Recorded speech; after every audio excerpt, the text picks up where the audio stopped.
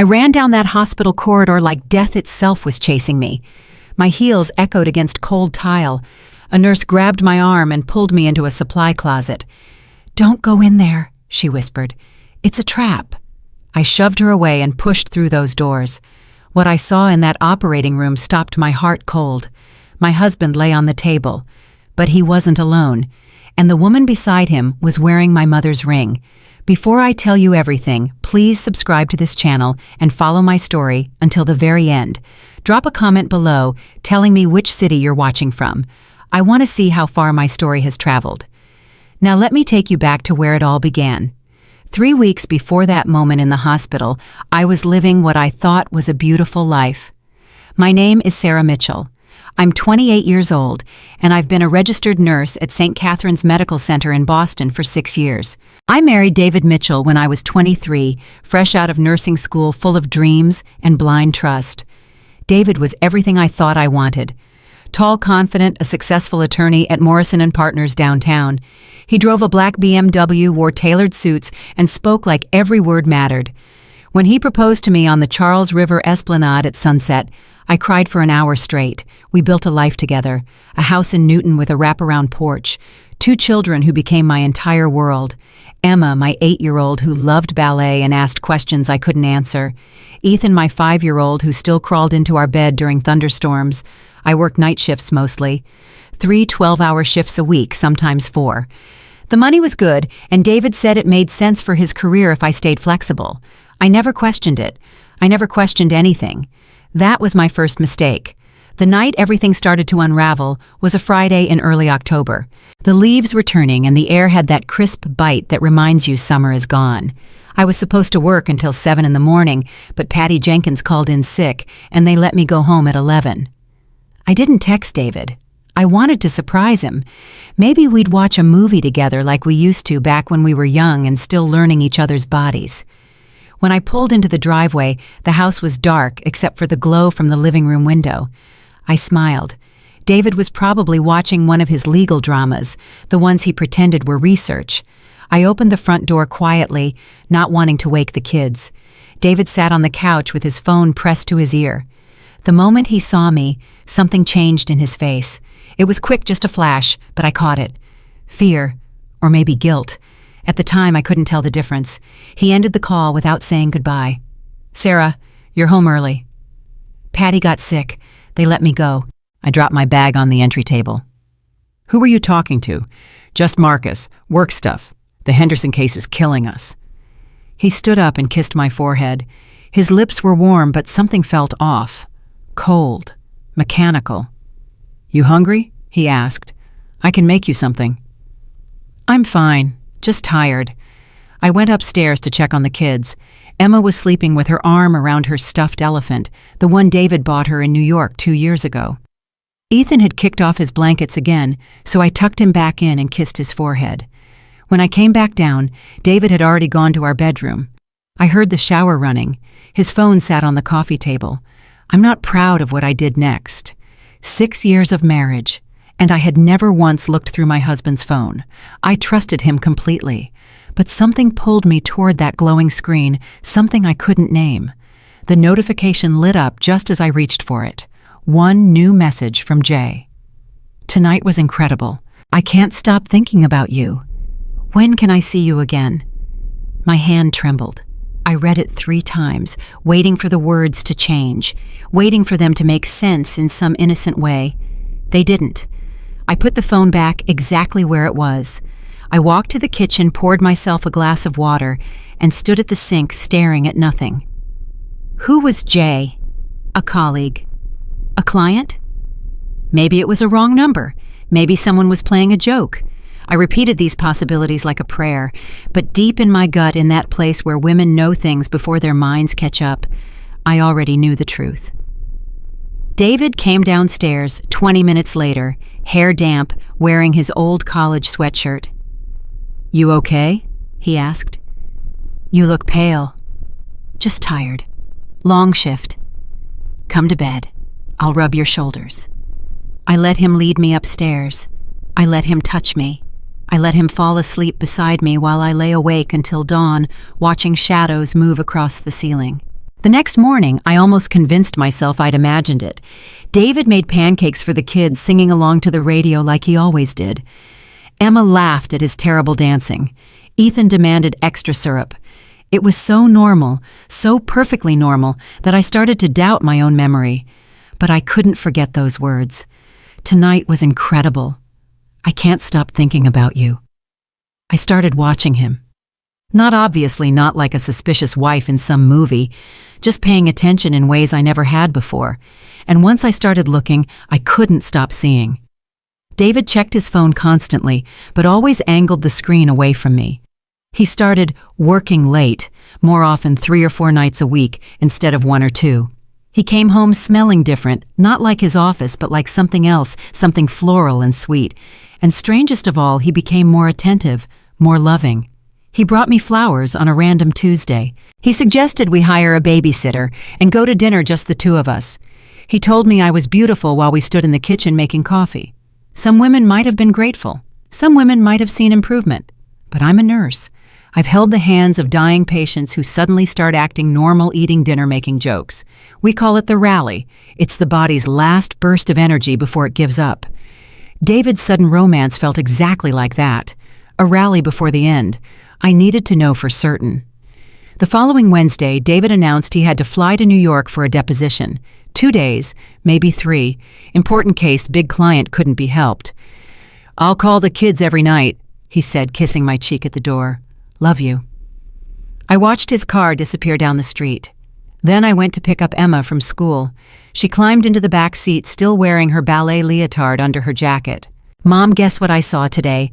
"What, sweetheart?" "Dad's car, at that fancy hotel near downtown, the one with the big fountain." I gripped the steering wheel. "When did you see that?" "When we drove past for the field trip. I waved, but I don't think he saw me." "That's impossible, honey. Dad's in New York." Emma shrugged. "I know his car, Mom.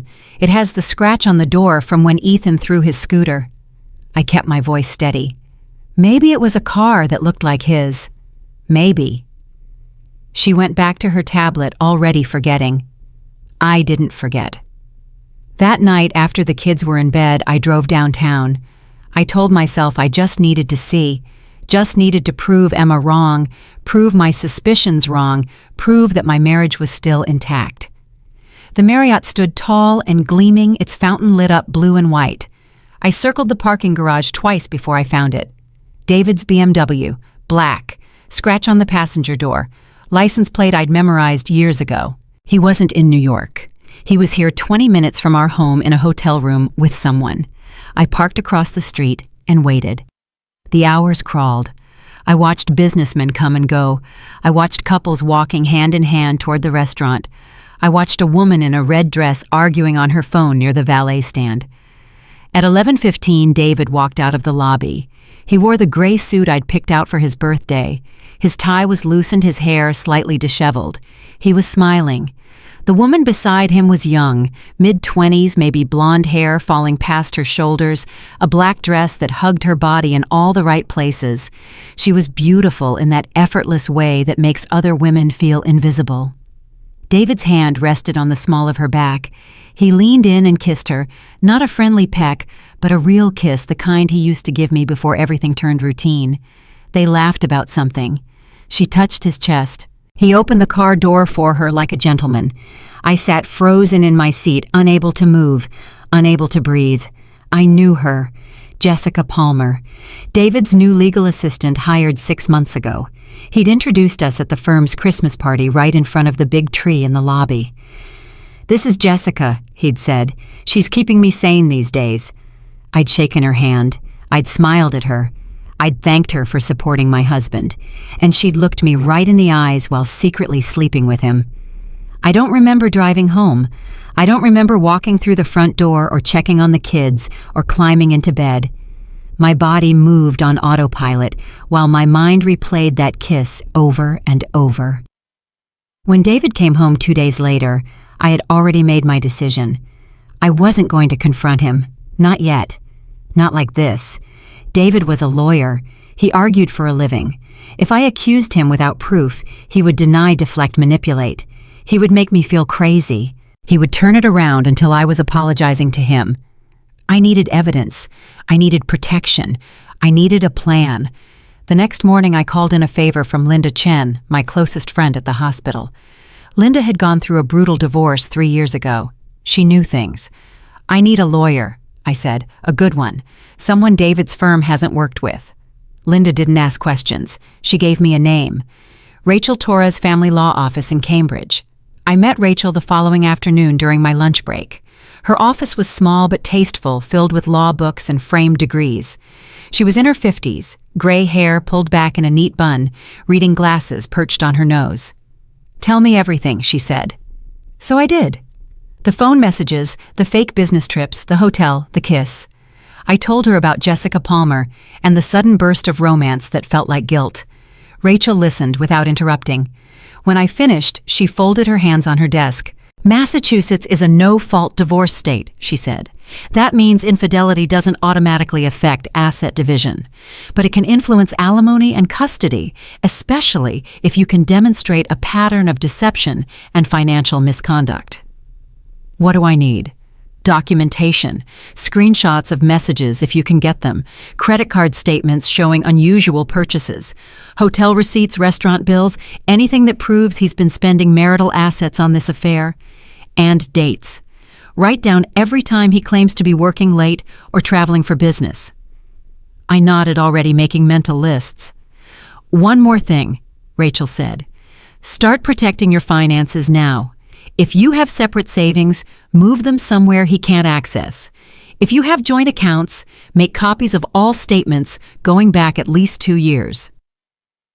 I left her office with a folder full of paperwork and a heart full of cold determination. For the next 2 weeks, I became someone I didn't recognize. I checked David's phone whenever he left it unattended. I photographed text messages noting dates and times in a notebook I kept hidden in my locker at work. I pulled our credit card statements online and highlighted every charge I couldn't explain. There were dozens of them. A jewelry store in Newberry Street, a spa in Back Bay, hotels in Providence, Portland, even once in Manhattan. Restaurants where I knew David had never taken me. I discovered he'd opened a separate credit card 6 months ago, around the time Jessica started working at his firm. The statements showed a pattern dinner at 8 Hotel by 10 checkout by morning. He was methodical about it, organized, like it was just another case he was managing. The thought made me sick, but the worst discovery came on a Thursday afternoon.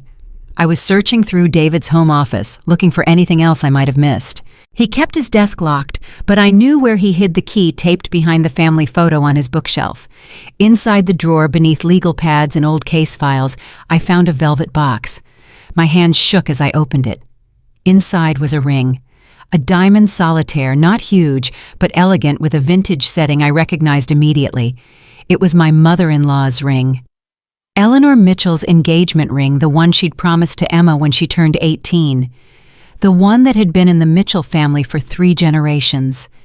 David had taken it from his mother's jewelry box, and now it sat in his desk drawer waiting for what I thought of Jessica Palmer's left hand, bare and young and ready for a promise. I closed the box. I put it back exactly where I found it. I locked the drawer and replaced the key behind the photo. Then I went to the bathroom and threw up. That night, David came home with roses. "For my beautiful wife," he said, kissing me on the cheek. I smiled and put them in water and served dinner and helped Emma with her homework and read Ethan his bedtime story. I did everything a good wife does, while carrying the weight of betrayal in my chest like a stone. When David reached for me in bed that night, I told him I had a headache. "You've had a lot of headaches lately," he said, and there was an edge in his voice. "Long shifts. I'm sorry." He turned away from me and fell asleep within minutes. I lay awake, staring at the ceiling, planning my escape. I had almost everything I needed, just a few more days of documentation, a few more credit card charges, and I would be ready to file. But fate had other plans. The call came on a Thursday afternoon, just as I was finishing my shift at the hospital. My phone buzzed with an unfamiliar number. I almost didn't answer. "Mrs. Mitchell, yes. This is Dr. Patterson at Massachusetts General Hospital. Your husband has been in a serious car accident. He's in surgery now. You need to come immediately." The world tilted sideways. I don't remember what I said. I don't remember ending the call or grabbing my keys or running to my car. I just remember driving faster than I ever had, weaving through traffic with my heart pounding in my ears. David. Surgery. Serious. Despite everything, despite the lies and the betrayal and the ring hidden in his desk, he was still my husband, still the father of my children, still the man I had loved for 6 years of my life. I couldn't let him die. Massachusetts General was chaos when I arrived. Ambulances lined up outside the ER, staff rushing past with gurneys and IV bags. I pushed through the automatic doors and ran to the front desk. David Mitchell, car accident. Where is he? The receptionist typed frantically. Room 7 in the emergency wing, but ma'am, you should... I didn't wait for her to finish. I ran down the corridor past rooms filled with crying families and beeping machines. The smell of antiseptic burned my nose. Everything felt too bright, too loud, too real. And then I saw Linda. She stood outside room 7, still in her scrubs, her face pale and drawn. When she saw me running toward her, she stepped into my path. Sarah, stop. Move. David is in there. I need to... Listen to me. Linda grabbed both my arms and held me still. I know you want to see him, but there's something you need to know first. Is he dead? Oh God, is he... He's alive. He's stable. But Sarah... She lowered her voice. He wasn't alone in the car. I stared at her. What? There was a woman with him. They brought her in too. She's in the room right next to his. My blood turned to ice. They're saying it was his passenger. Sarah, I saw her face. It's that woman from his office. The blonde one from the Christmas party. Jessica Palmer. Of course it was. Linda's grip tightened on my arms. I'm telling you this because you deserve to know before you walk in there. Whatever you're feeling right now, it's valid. But there are other people around. Staff, other patients. If you need to scream or cry or throw something, do it with me first, not in there. I pulled away from her. I'm fine. Sarah, I said I'm fine. I pushed open the door to room 7. David lay on the hospital bed, unconscious, his face covered in cuts and bruises. A bandage wrapped around his head, and tubes ran from his arms to machines that beeped in steady rhythm. He looked small, vulnerable, human. And in the bed beside him, separated by only a thin curtain, lay Jessica Palmer. Her blonde hair was matted with blood. A neck brace held her still, but I could see her left hand resting on the white sheet, and on her finger, catching the fluorescent light like a broken promise, was my mother-in-law's ring. I stood there for what felt like hours. Nurses moved around me. Doctors checked monitors and adjusted IV drips. Someone asked if I was family, and I heard myself say yes, but inside I was drowning. All those nights I stayed awake worrying about him, all those shifts I covered so he could have his career, all those times I told myself I was lucky to have such a devoted husband. Lies, all of it lies. And now here was the proof, unconscious in a hospital bed, wearing the ring that should have belonged to my daughter. A hand touched my shoulder, Linda standing behind me. "Let's get some air," she whispered. I let her lead me out of the room, down the corridor, through a side door that opened onto a small courtyard. The October air hit my face like cold water, and I gasped. "Breathe," Linda said. "Just breathe." He was going to propose to her. "What?" "The ring. It's his grandmother's ring. His mother promised it to Emma, and he took it. He took it and gave it to her." Linda said nothing. She just stood beside me while I trembled in the cold. "What do I do now?" "You do what you've been doing," Linda said quietly. "You protect yourself and your kids. You talk to your lawyer, and you decide what you want your next chapter to look like." I wanted to hate him before I had to feel sorry for him. You can do both. I looked up at the gray October sky. He's going to wake up and expect me to be the devoted wife. He's going to cry and apologize and beg me to forgive him. Maybe. And that woman is going to wake up and realize she's been exposed, that everyone knows now. Probably. I took a deep breath, then another. I'm not going to cry in front of him. You don't have to. I'm not going to let him see me break. You won't.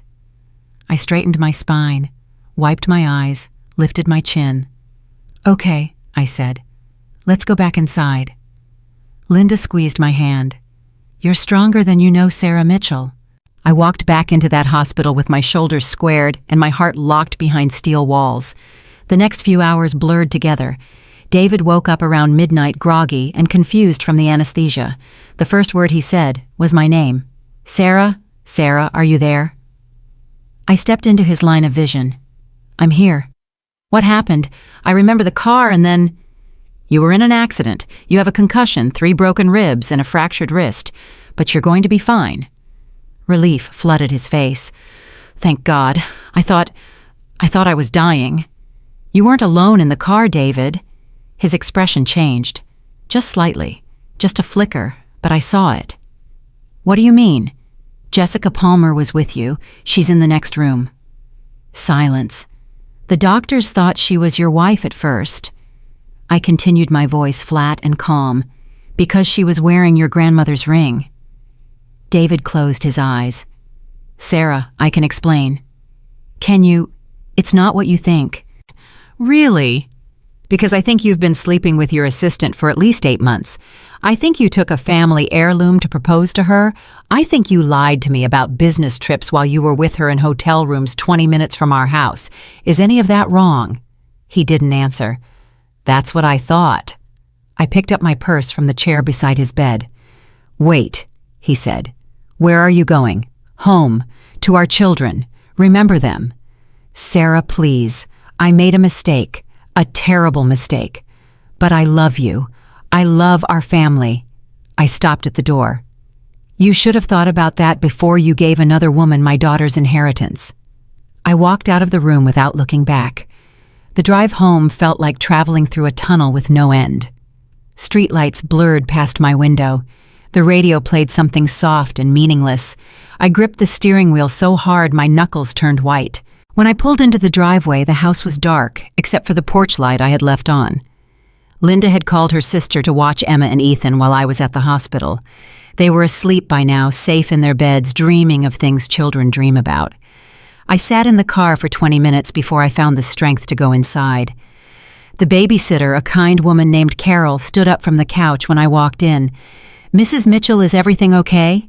How is your husband?" "He's stable. Thank you for staying so late." I handed her cash and walked her to the door. She wanted to ask more questions. I could see it in her eyes, but something in my face must have warned her off. "Call if you need anything," she said. I locked the door behind her and stood in the silence of my own home. Everything looked the same. The family photos on the wall. The kids' drawings stuck to the refrigerator with magnets. David's coffee mug still sitting in the sink from this morning unwashed. But nothing would ever be the same again. I walked upstairs and checked on the children.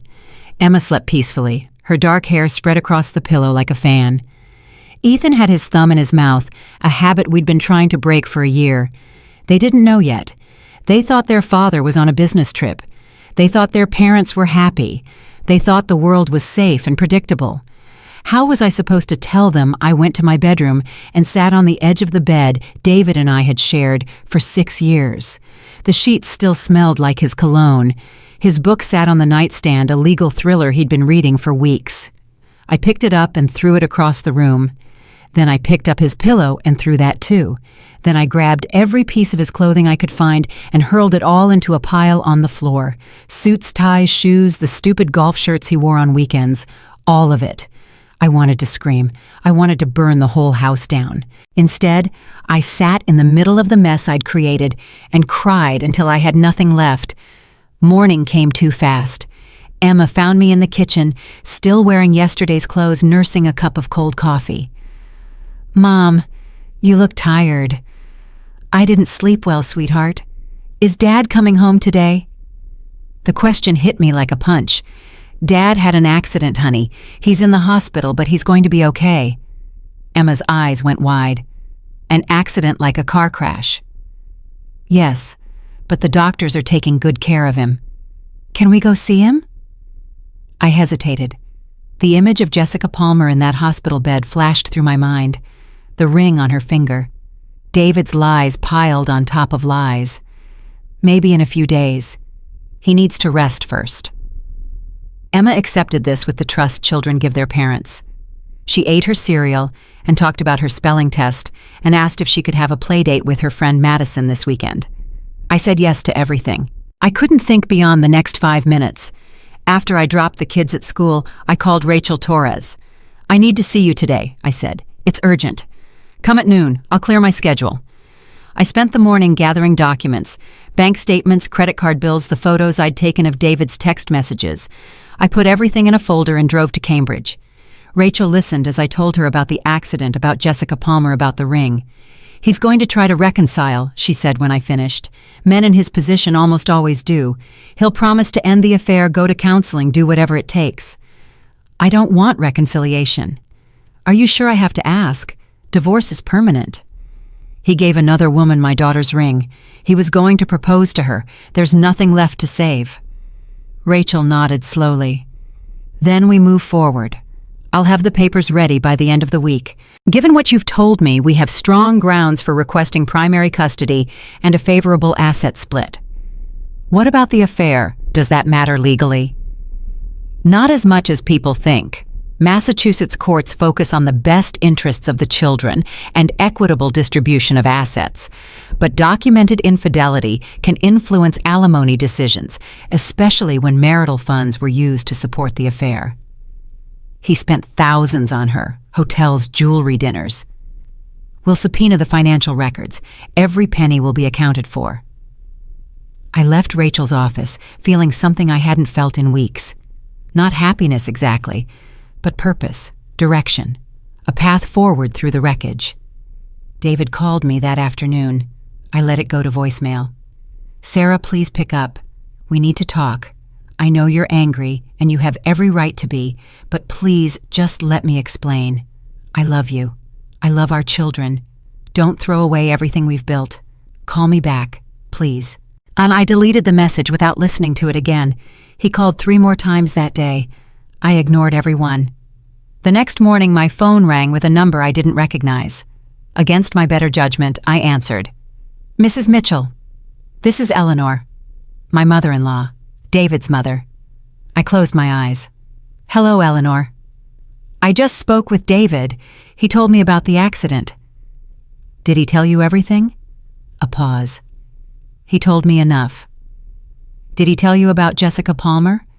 Did he tell you about your mother's ring?" Silence on the other end. That's what I thought. "Sarah, I don't know what's happening between you and my son, but I hope you'll consider the children before you make any rash decisions." "Rash decisions? Your son has been cheating on me for 8 months. He stole your engagement ring to give to his mistress, and you're asking me not to be rash. Marriage is complicated. Every couple faces challenges." "Infidelity isn't a challenge, Eleanor. It's a choice. A choice David made every single day for 8 months. I'm just saying that divorce affects everyone. Emma and Ethan will suffer the most. Emma and Ethan will suffer more watching their mother stay with a man who doesn't respect her. I won't teach my daughter that she should tolerate betrayal. I won't teach my son that this is how men treat their wives." Eleanor's voice hardened. "You're being emotional." "No. For the first time in years, I'm being clear." I hung up. My hands shook as I set down the phone. Eleanor had never liked me, not really. She thought David married beneath him, a nurse instead of a lawyer or a doctor. She'd made little comments over the years, subtle digs about my career, my family, my clothes. I used to let them slide. I used to smile and nod and pretend not to notice. Not anymore. David was released from the hospital 3 days later. He didn't come home.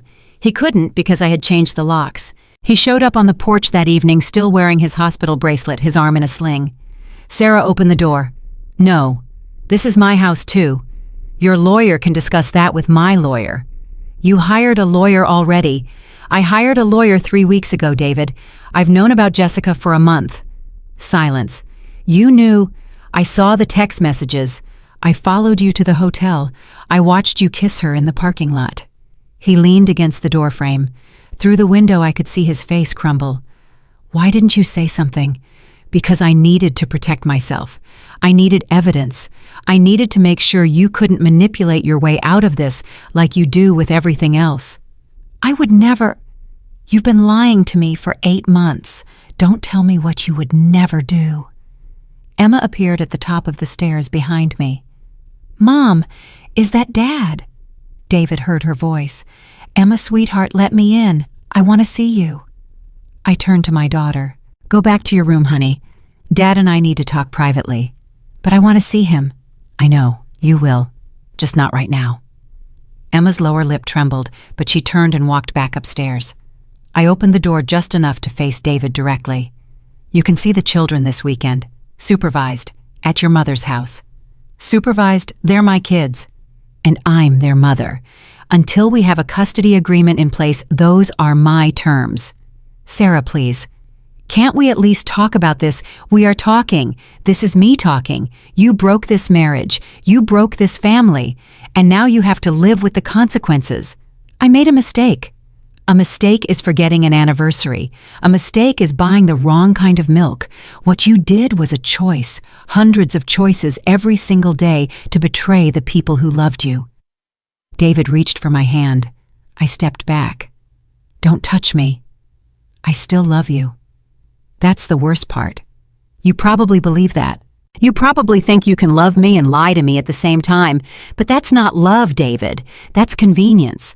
I was convenient while you had your fun somewhere else. It wasn't like that. Then what was it like? Explain it to me. Make me understand how you could look me in the eyes every night and tell me you loved me while you were planning a future with someone else. He couldn't answer. That's what I thought. Goodbye, David. I closed the door and locked it. He stood on the porch for another 20 minutes. I know because I watched through the window, making sure he didn't try to break in or cause a scene. Finally, he walked back to his car and drove away. The next few weeks were a blur of legal documents and difficult conversations. I told Emma and Ethan that their father and I were going to live separately for a while. I didn't explain why. They were too young for that. Emma cried and asked if it was her fault. I held her tight and promised it wasn't that sometimes grown-ups have problems that have nothing to do with their children. Ethan didn't fully understand. He kept asking when Daddy was coming home. Soon, I said, even though it was a lie. You'll see him soon. They saw him that weekend at Eleanor's house. I dropped them off at the front door and watched them run inside. David stood in the doorway watching me. Thank you, he said. Don't thank me. Thank the fact that I'm not the kind of person who uses children as weapons. Can we talk? Just for a few minutes? There's nothing to say. Please, I need you to understand. Against my better judgment, I followed him inside. Eleanor took the children to the backyard, while David and I sat in the formal living room, the one reserved for guests and uncomfortable conversations. I ended it with Jessica, he said. I don't care. She means nothing to me. She never did. Then why did you give her your grandmother's ring? David looked at the floor.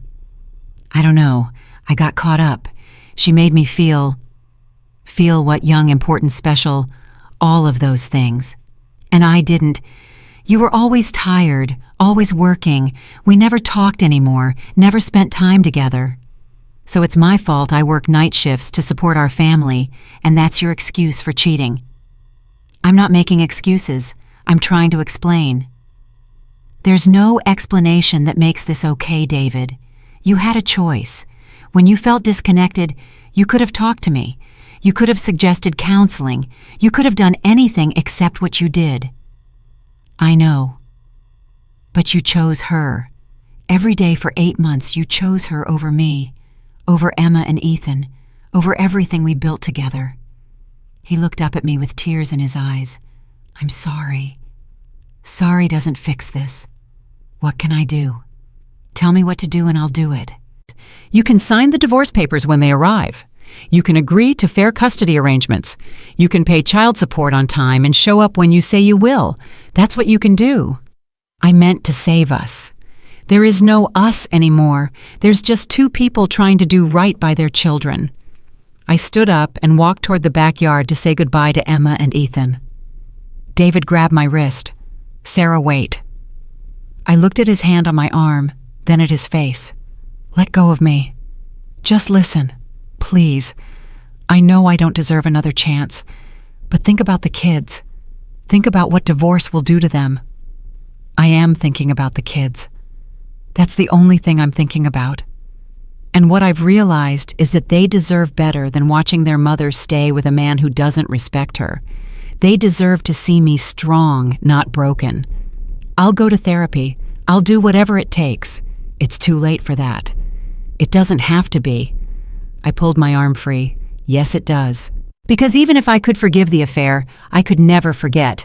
I would spend the rest of my life wondering where you were, who you were texting, whether you were lying. That's not a marriage. That's a prison. I would earn your trust back. You can't earn back something you destroyed. Trust isn't like a broken vase you can glue together. It's like a mirror. Once it shatters, even if you piece it back, you'll always see the cracks. I walked away before he could respond. In the backyard, Emma was pushing Ethan on the swing set, while Eleanor watched from the patio. "Mommy!" Ethan yelled when he saw me. "Look how high I can go." I smiled, but my heart was breaking. "That's amazing, sweetheart, but it's time to go home now." "Already?" "Yes, say goodbye to Daddy and Grandma. You'll see them again soon." Emma hugged David tight. He whispered something in her ear that made her nod solemnly. Ethan threw his arms around David's neck and refused to let go. "I don't want to leave." "I know, buddy, but you'll be back next weekend, I promise." I watched my husband hold our children, and for a moment I remembered why I fell in love with him. He was good with them, patient and silly and kind, but he wasn't good with me, and the children would eventually see that too. I loaded them into the car and drove away without looking back. That night, after the kids were in bed, I sat alone in the kitchen with a glass of wine. My phone buzzed, a text from Linda. "How are you holding up?" "Barely," I replied. "Want company?" "Yes." 20 minutes later, Linda sat across from me at the kitchen table, pouring herself a glass from my bottle. "You did the right thing today," she said. "Did I? Sometimes I wonder."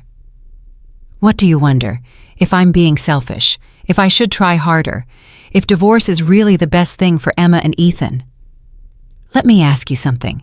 If Emma came to you in 20 years and told you her husband was cheating, what would you tell her?" "I'd tell her to leave." "Then why is it different for you?" I didn't have an answer. "You're not being selfish," Linda continued. "You're showing your children what self-respect looks like. You're teaching them that love isn't just a feeling, it's actions. And David's actions don't match his words. He says he loves me. He probably does in his way, but love without respect isn't love. It's possession." I swirled the wine in my glass. "When did you get so wise?" "When I went through my own divorce and realized all the lies I'd been telling myself." "What lies?" "That I wasn't enough. That I'd driven him away. That if I'd been prettier or thinner or more interesting, he would have stayed faithful." "I've had those thoughts. Every woman does, and they're all wrong. His choices are his responsibility, just like David's choices are his." We sat in comfortable silence for a while. "What happens now?" Linda asked finally. "I wait for the papers. I go to court. I rebuild my life." "That doesn't sound so bad." "It terrifies me." "Good things often do." I walked Linda to the door and hugged her tight. "Thank you for everything. That's what friends are for." After she left, I went upstairs and stood in the doorway of Emma's room. My daughter slept peacefully, unaware of the storm raging around her. I had failed to give her an intact family, but I could still give her something more important. I could give her a mother who refused to settle, a mother who chose dignity over comfort, a mother who showed her that women don't have to accept crumbs when they deserve the whole feast. That was worth more than any marriage license. I closed her door quietly and went to my own room. For the first time in weeks, I slept through the night. The divorce papers arrived on a Tuesday. I signed every page without hesitation. David called an hour after I sent them back. "You really went through with it. Did you think I wouldn't?" "I hoped you'd change your mind." "I'm not going to change my mind, David. Not today, not next week, not ever. The kids need both their parents together. The kids need both their parents healthy and happy, and I can't be either of those things with you." He was quiet for a long moment. I never meant to hurt you. But you did. Intention doesn't erase impact. I know.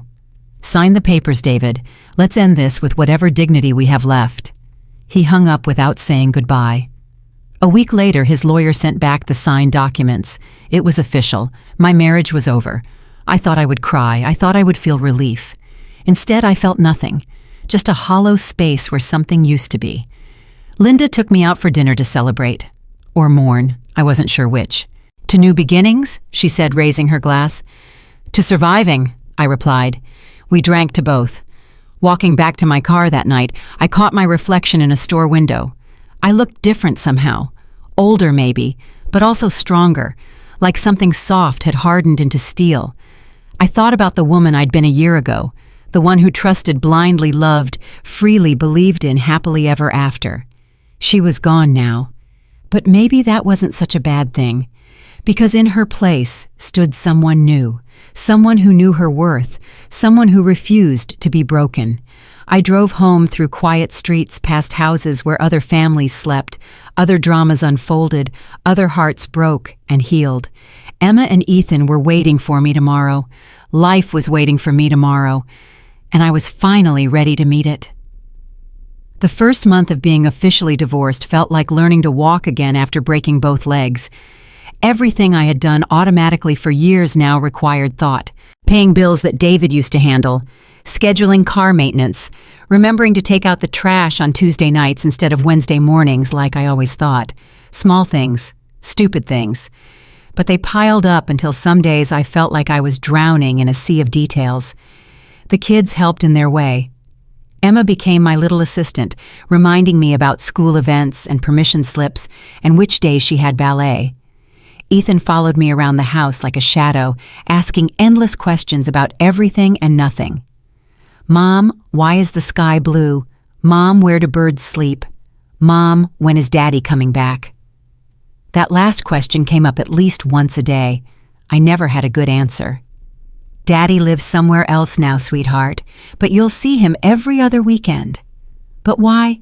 Because sometimes mommies and daddies are happier living apart. Are you happy, Mommy? I looked into my 5-year-old's eyes and saw genuine concern there. He was too young to understand divorce, but old enough to sense that something was wrong. I'm getting there, baby. I'm getting there. David stuck to the custody schedule, at least at first. Every other Friday, he picked up the kids and took them to his new apartment downtown. Every Sunday evening, he brought them back. The handoffs were awkward. We stood on opposite sides of the doorway like strangers exchanging children instead of words. They were good, he would say. Good, I would reply. Then he would leave and I would spend the next hour listening to Emma and Ethan talk about their weekend with Daddy. Daddy took us to the zoo. Daddy let us eat ice cream for breakfast. Daddy said he misses you. That last one stopped me cold. He said that... Emma nodded. He says it all the time. He says he made a big mistake and he wishes he could fix it. I didn't know how to respond. Part of me wanted to tell her the truth to explain exactly what kind of mistake her father had made, but she was 8 years old. She didn't need to know about affairs and betrayal and broken trust. Sometimes mistakes can't be fixed, honey, but that doesn't mean Daddy doesn't love you. Does he still love you? That's complicated. Grown-up complicated. Yes, grown-up complicated. Emma seemed to accept this. She went back to her homework while I stood in the kitchen, wondering how many more of these conversations I would have to navigate. 3 weeks into our new routine, David started pushing boundaries. He showed up on a Wednesday night without calling first. I was in the neighborhood. Thought I'd stop by and see the kids. It's not your weekend. I know, but I miss them. You can't just show up whenever you want, David. We have a schedule for a reason. 5 minutes. That's all I'm asking. Against my better judgment, I let him in. Emma and Ethan were thrilled to see him. They jumped into his arms and dragged him to the living room to show off their latest drawings and school projects. I watched from the kitchen doorway, arms crossed. David looked good. He had lost weight since the accident, and his hair was cut shorter than usual. The sling was gone, his wrist healed. He looked like the man I had married, the one I had trusted with everything. He caught me staring and smiled. You look tired. Thanks. I didn't mean it as an insult. Working nights takes a toll. I'm fine. Are you really... What do you want, David? He glanced at the kids, then back at me. Can we talk after they go to bed? There's nothing to talk about. Please, 15 minutes. I should have said no. I should have kicked him out right then and called my lawyer. But the way Emma was clinging to his hand, the way Ethan kept showing him the same drawing over and over, wore down my resistance. 15 minutes after they're asleep. I sent the kids to bed at 8:30. David helped with the bedtime routine, reading Ethan his story while I braided Emma's hair. I like it when Daddy's here, Emma whispered. I know you do. Can he stay more? We'll see. It was the only answer I could give. Once the kids were asleep, David and I sat in the living room. He took the armchair. I sat on the couch, keeping the coffee table between us like a barrier. Thank you for letting me stay. You said you wanted to talk, so talk. He leaned forward, elbows on his knees. I've been going to therapy. Good for you. I mean it. 3 times a week. I'm working through my issues, trying to understand why I did what I did. Have you figured it out? Partly. It's complicated. It always is with you. He flinched at that. I deserve that. You deserve a lot more than that. I know. He took a deep breath. I'm not here to ask you to take me back. I know that ship has sailed. Then why are you here? Because I want to be a better father, a better co-parent. I want us to find a way to make this work for Emma and Ethan. We have a custody agreement. That's how it works. I mean more than just schedules. I want us to be civil, friendly even. Kids can tell when their parents hate each other. I don't want them growing up in that environment. I considered his words. He wasn't wrong. The tension between us was obvious, and the kids were already starting to pick up on it. I don't hate you, David. You don't... No, I wish I could. It would make things easier, but hate takes energy, and I'm all out. Then what do you feel? Nothing, which is somehow worse. He looked down at his hands. I'm sorry. I know I keep saying that, but I don't know what else to say. There's nothing else to say. You made your choices. I made mine. Now we just have to live with the consequences. What if I want to change the consequences? You can't unring a bell, David. I know, but I can try to make the future better than the past. I studied his face, looking for signs of manipulation. With David, you could never be too careful. He was a lawyer. Persuasion was his profession. What exactly are you proposing? Joint dinners. Once a month, maybe. We take the kids somewhere nice, pretend to be normal parents for a few hours. Pretend. Poor choice of words. I meant act like normal parents. Show them that we can be in the same room without fighting. We're in the same room right now, and we're not fighting. He had a point. This was the longest civil conversation we'd had since the divorce. I'll think about it. That's all I'm asking. He stood up to leave. I walked him to the door. David, he turned. What happened to Jessica? His face tightened. We're not together anymore. I know, Linda told me, but what happened? Does it matter? I'm curious. He sighed. She wasn't who I thought she was. Once the excitement wore off, there was nothing underneath. No substance, no depth. So you got bored with her like you got bored with me? I was never bored with you. I was scared. Scared of what? Of being ordinary, of waking up at 50 and realizing my life was just mortgages and soccer games and growing old quietly. Jessica made me feel like I was still exciting, still desirable. At my expense. Yes, at your expense, and I will regret that for the rest of my life. I didn't know what to say to that, so I said nothing. Good night, Sarah. Good night. I closed the door and leaned against it, my heart pounding. Part of me had wanted him to be a monster. It would have been easier that way, but he was just a man who made terrible choices and was trying however clumsily to make amends. That didn't mean I forgave him. It didn't mean I ever would. But maybe Linda was right. Maybe I could find a way to coexist without the constant anger. The thought was exhausting and liberating at the same time. The next morning, I woke up to 17 missed calls from David. My stomach dropped. Something was wrong. I called him back immediately. Sarah, thank God. What's wrong? Is it the kids? No, the kids are fine. It's Jessica. What about her? She's been calling me, texting, showing up at my apartment. That's your problem, not mine. You don't understand. She's making threats. What kind of threats? She says if I don't get back together with her, she'll go public. Tell everyone about the affair. Contact your family, your work, everyone. I laughed. It wasn't funny, but I laughed anyway.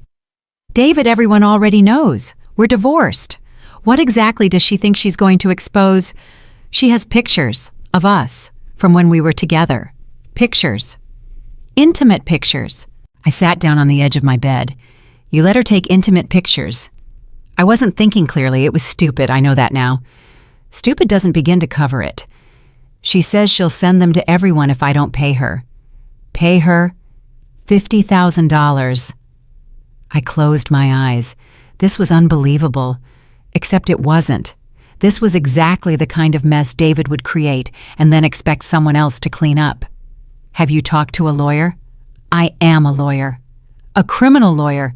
This is extortion, David. You need to go to the police. If I go to the police, it all becomes public. My firm will find out. My mother will find out. The kids are 8 and 5. They're not going to see intimate pictures of their father. But other people will, and those people will talk, and eventually it will get back to them. So what do you want from me? I don't know. I just needed to tell someone who knows the whole situation. I'm your ex-wife, David. I'm not your confidant. I know, I'm sorry. I shouldn't have called. He was about to hang up when I spoke. Wait. What? I don't know why I did what I did next. Maybe it was because I didn't want this drama spilling over onto my children. Maybe it was because despite everything I didn't want to see David destroyed. Or maybe I was just tired of being angry all the time. Don't pay her. What? Don't pay her. People like that never stop at one payment. You give her $50,000, she'll want $100, then $200, until you're broke and she's still threatening you. Then what do I do? Call her bluff, tell her to do her worst. I can't. Yes, you can. The worst thing she can do is embarrass you. And honestly, David, you've already embarrassed yourself plenty. What's a little more? Silence on the other end. You really think I should just let her release those pictures? I think you should take away her power. Right now she has leverage because you're afraid. If you stop being afraid, she has nothing. Easy for you to say. You're not the one in those pictures. No, I'm the one who had to find out about the affair from a hospital bed. I think I've had enough embarrassment for both of us. He didn't respond. Handle this yourself, David. Don't drag me into it. I hung up and threw my phone across the bed. Jessica Palmer. Of course she wouldn't just disappear. Of course she would find a way to keep causing damage. But this wasn't my problem. I had removed myself from David's life for exactly this reason.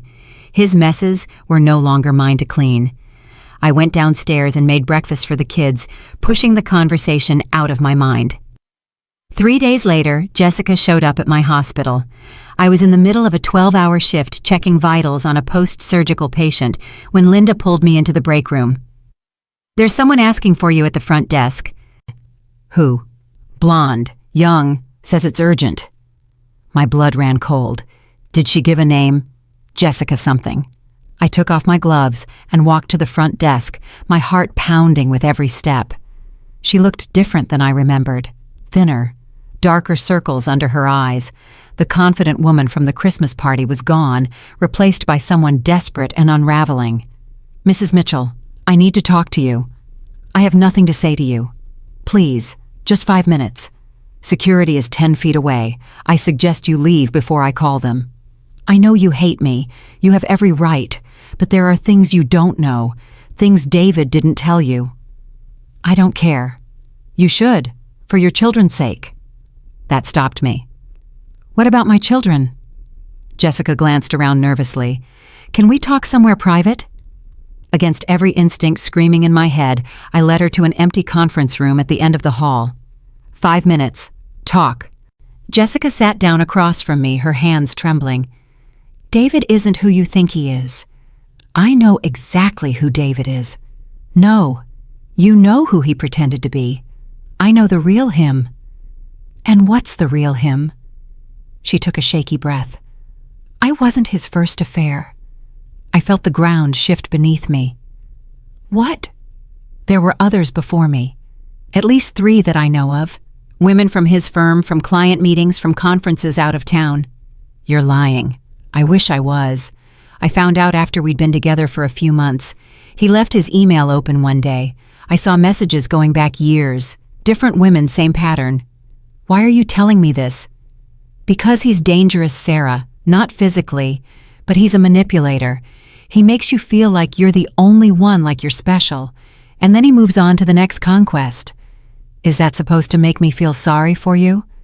No, it's supposed to warn you. He's been talking about fighting for custody, full custody. My heart stopped. What? He told me last week. He says you're an unfit mother, that your work schedule puts the children at risk. He's been documenting everything.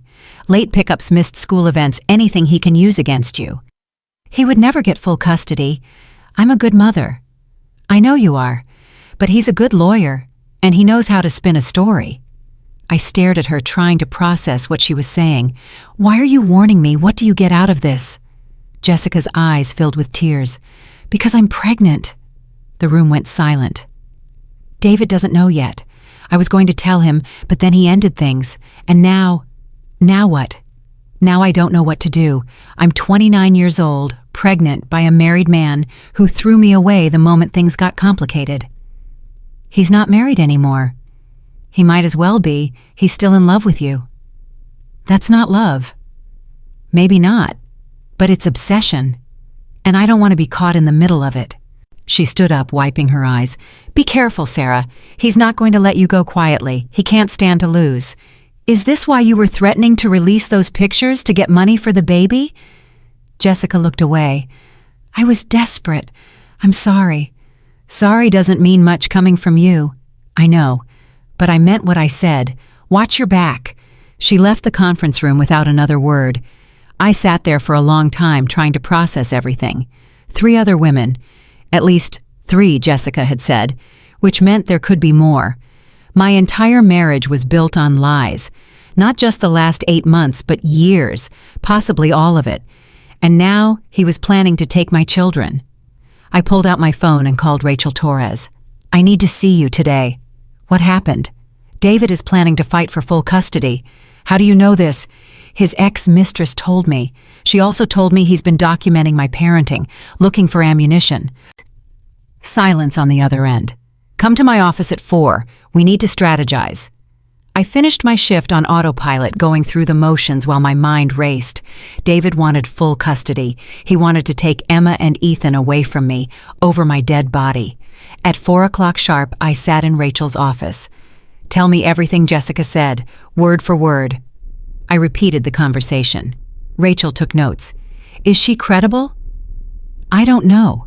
She's the woman who slept with my husband for 8 months. But why would she lie about this? To cause trouble, to hurt David, to hurt you? Maybe. But what if she's telling the truth? Rachel set down her pen. If she's telling the truth, we need to be prepared. Massachusetts courts generally favor shared custody, but if David can demonstrate that you're an unfit parent, he has a shot. I'm not unfit? I know, but perception matters. How often do you work nights? 3 to 4 shifts a week. Who watches the kids?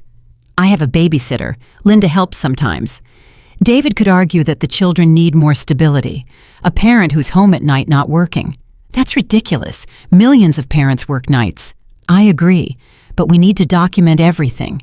Your child care arrangements, your involvement in school activities, your relationship with the kids. Everything. What else? Have you ever left them alone, even for a minute? No, never. Missed any school events? I thought about it. Maybe a few, when I couldn't get off work. We need to know exactly which ones and why. David will use every absence against you. I left Rachel's office feeling sick. This was war now, real war, and my children were the territory. That night, I sat at the kitchen table and made a list. Every school event I had attended, every parent-teacher conference, every doctor's appointment, ballet recital, soccer game. I wrote down dates, times, details. I was a good mother. I knew I was a good mother, but knowing something and proving it were two different things. At 9 o'clock, my phone rang. "David," I answered. "Sarah, we need to talk." "I heard you're planning to sue for full custody." Silence. "Who told you that? Does it matter?" "It was Jessica, wasn't it? She came to see you." "She did. Whatever she said, she's lying. She's unstable. She's trying to destroy me." "Is she lying about the other women too?" More silence. "What other women?" "The ones before her, the affairs that went back years. Was she lying about those?" David's voice hardened. "I don't know what she told you, but none of it is true." "Then you won't mind if my lawyer subpoenas your email records?" "You wouldn't. Watch me." "Sarah, this is crazy. I'm not trying to take the kids away from you."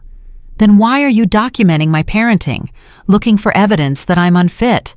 "I'm not, I swear." "Jessica said you were." "Jessica is a liar and a blackmailer. You really believe her over me."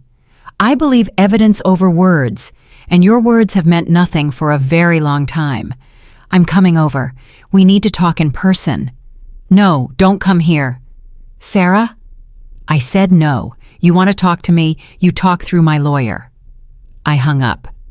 5 minutes later, headlights swept across the living room windows. David's car pulled into the driveway. I didn't open the door. I stood at the window and watched him get out, walk up the porch steps, and ring the bell. "Sarah, I know you're there. Go away. Open the door, please. I'll call the police. I just want to talk. And I want you off my property." He stood there for a long moment. Then he turned and walked back to his car. But before he got in, he looked back at me. "This isn't over," he said. "Not by a long shot." He drove away. I stood at the window shaking.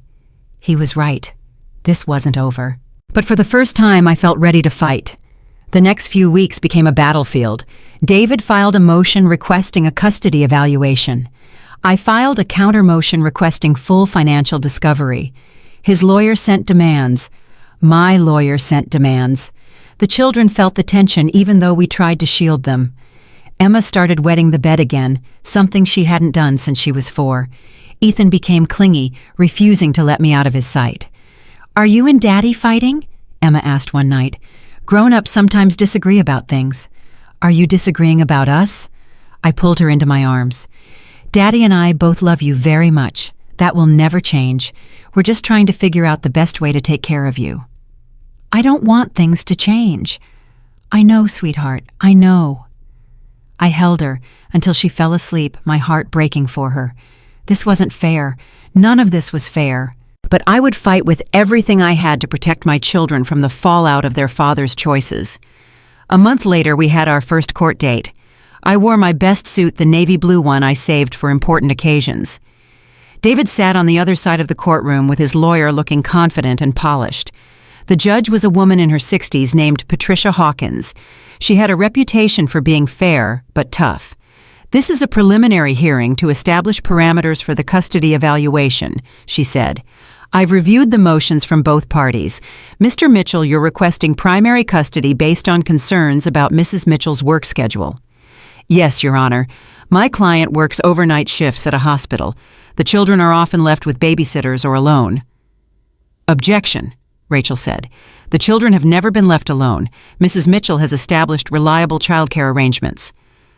"I'll allow the statement, but Mr. Mitchell, I expect documentation to support any claims you make." The hearing went on for 2 hours. David's lawyer painted a picture of an absent mother too focused on her career to prioritize her children. Rachel painted a picture of a dedicated parent who had built a stable life despite her husband's betrayal. At the end, Judge Hawkins looked at both of us. "I'm going to order a comprehensive custody evaluation by a court-appointed psychologist. Both parents will be interviewed, as will the children. I expect full cooperation from everyone." She banged her gavel. "We'll reconvene in 60 days. David caught up with me in the parking lot. "Sarah, wait."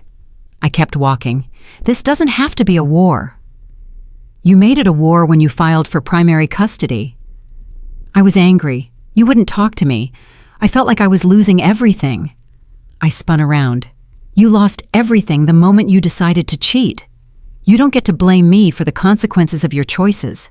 I'm trying to fix things. You can't fix this, David. You can only damage control. Then help me damage control, for the kids' sake. For the kids' sake, I'm going to fight for what they need, and what they need is a mother who doesn't let herself be walked over. I got in my car and drove away. In the rearview mirror, I watched David standing alone in the parking lot watching me go. 60 days until our fate was decided.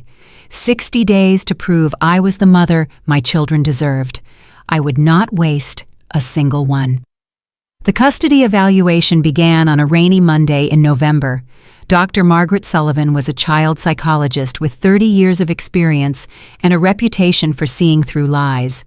She had gray hair pulled back in a severe bun, wire-rimmed glasses, and eyes that seemed to look right through you. Mrs. Mitchell, I want you to understand that my role is to determine what's best for Emma and Ethan, not what's best for you or your ex-husband. The children are my only concern. I understand? Good. Then let's begin. For the next 3 hours, she asked me questions about everything. My childhood, my marriage, my work schedule, my relationship with the kids, how I handled discipline bedtime routines, homework screen time. She asked about the divorce, about David's affair, about how I had explained the situation to Emma and Ethan. I told them that Daddy and I were going to live in different houses, but that we both loved them very much. Did you tell them why? No, they're too young. How did they react? Emma cried. She asked if it was her fault. Ethan didn't fully understand. He kept asking when Daddy was coming home. And how did that make you feel? Guilty, heartbroken, like I had failed them. Do you believe you failed them? I thought about the question. I believe their father failed them, but I also believe I could have done things differently. Like what? I could have noticed the signs earlier. I could have confronted David before it went on for 8 months. I could have protected the kids from the fallout. You blame yourself for your husband's choices. No, but I blame myself for not seeing who he really was. Dr. Sullivan wrote something in her notebook. I couldn't see what. Tell me about a typical day with your children. I described the morning routine, getting Emma and Ethan ready for school, making breakfast, packing lunches, the drop-off at school, then work at the hospital, the babysitter picking them up in the afternoon, coming home in the evening to make dinner, help with homework, give baths, read bedtime stories. You work night shifts 3 to 4 times a week. Yes. Who watches the children during those shifts? A babysitter named Carol Henderson. She's been with us for 2 years. She's CPR certified, has a background in early childhood education, and the kids adore her. What happens when the babysitter is unavailable? My friend Linda helps out, or I arrange for Emma and Ethan to have sleepovers with their friends. Have you ever had to cancel a shift because of childcare issues? Twice. Both times the hospital was understanding. Have you ever left the children unsupervised? Never. Dr. Sullivan looked at me over her glasses. Mr. Mitchell claims there have been instances where the children were left alone for brief periods. My stomach tightened. That's not true. He says Emma told him she was home by herself for an hour one evening while you were at work. That never happened. Emma is 8 years old. I would never leave her alone for 5 minutes, let alone an hour. Why would Mr. Mitchell say something that isn't true? Because he wants full custody, and he's willing to lie to get it. That's a serious accusation. It's a serious situation. Dr. Sullivan made another note. I'll be speaking with Emma and Ethan separately. If what you're saying is true, their accounts will corroborate yours. They will, because I'm telling the truth. The interview ended shortly after. Dr. Sullivan shook my hand and told me she would be in touch to schedule the home visit. I walked to my car feeling like I had just run a marathon. 2 days later, Linda called me at work. Sarah, something's wrong. What is it? Emma's teacher just called me. She said Emma's been telling other kids that she stays home alone when you work. My blood went cold. What? I know it's not true, but whoever she's been talking to someone has been coaching her. David. That's what I thought. I hung up and called Rachel immediately. He's coaching my daughter to lie. He's using her as a weapon against me. Can you prove that Emma would never make that up on her own? She knows I would never leave her alone. Unfortunately, Sarah would never isn't evidence. We need Emma to tell Dr. Sullivan what really happened. She's 8 years old. She's confused. She's caught between two parents and one of them is manipulating her. Then we need to document the manipulation. Have you talked to Emma about this? Not yet. Be careful how you approach it. If David claims you're coaching her in the opposite direction, it becomes a battle of accusations. That night after Ethan was asleep, I sat down with Emma in her room. Sweetheart, I need to ask you something important. Am I in trouble? No, baby, you're not in trouble. But your teacher told me you've been saying things at school that aren't true. Emma looked down at her lap. What things? That you stay home alone when I work. Silence. Emma, look at me. She raised her eyes. They were filled with guilt. Who told you to say that? Nobody. Emma. Daddy said, he said it would help us be together more. He said if the judge knew you left me alone, I could live with him all the time instead of just weekends. My heart shattered into a million pieces. Sweetheart, that's not true. I've never left you alone. You know that, right? I know. But Daddy said, I don't care what Daddy said. Lying is wrong, even when someone you love asks you to do it. Tears spilled down Emma's cheeks. I'm sorry, Mommy. I didn't want to lie. But Daddy was so sad, and he said this was the only way. I pulled her into my arms and held her while she cried. It's not your fault, baby. You were put in an impossible situation. But from now on, I need you to tell the truth. Always. No matter what anyone says. Even Daddy. But he'll be mad at me. That's not your problem. Your only job is to be honest. Let the grown-ups handle the rest. I stayed with Emma until she fell asleep. Then I went to my room and called Rachel. He's coaching her. I have it on record. Emma told you this. Yes, she said David told her to lie so she could live with him full time. That's parental alienation. It's exactly what we need. What do? I'll file an emergency motion tomorrow. We need to inform Dr. Sullivan and request that Emma be interviewed by a forensic child specialist. Will this hurt Emma? It might be stressful for her. But Sarah, if we don't address this now, David could succeed in turning your daughter against you. Is that what you want? No. Then we fight. The emergency motion was filed the next day. Judge Hawkins agreed to bring in a forensic specialist to interview Emma and determine whether she had been coached. David's lawyer was furious. This is a baseless accusation designed to smear my client's reputation. Your client told an 8-year-old to lie to a custody evaluator, Rachel countered. That's not a smear, that's a fact. Judge Hawkins held up her hand. I'll make my determination after the forensic interview. Until then, Mr. Mitchell's visitation is suspended. Your Honor, that's excessive.